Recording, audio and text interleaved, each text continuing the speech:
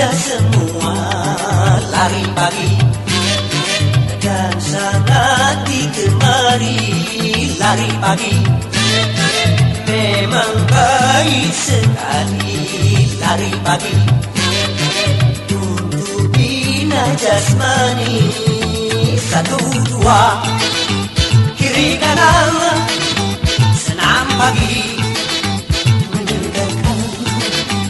Ayo lari, lari lagi, lari pagi menyehatkan.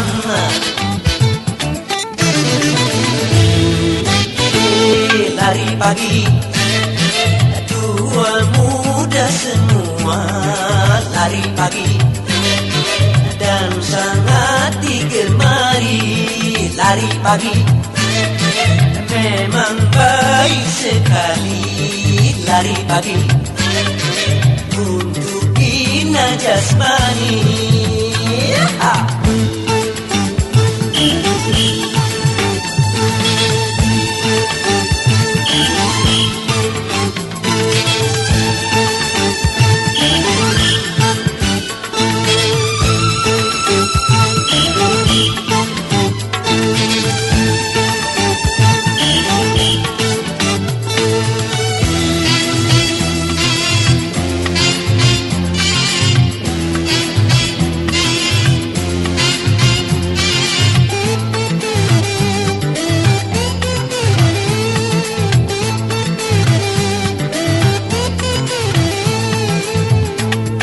Lari pagi memang perlu, tapi jangan lupa subuh.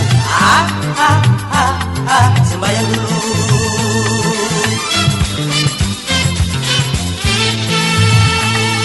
Jangan demi kesehatan lalu Tuhan kau lupakan. Keterlaluan.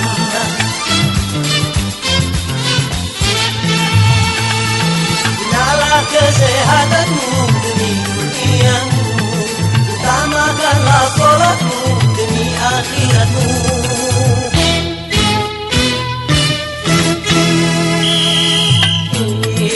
Lari pagi, jalan menjadi ramai lari pagi, sedangkan masjid sepi lari pagi. Kalau cara begini lari pagi sungguh sangat merugi.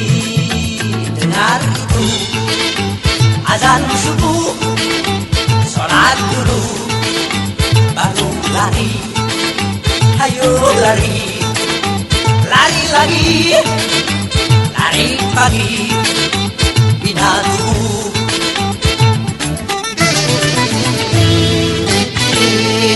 Lari pagi, tua muda semua lari pagi dan sangat digemari lari pagi.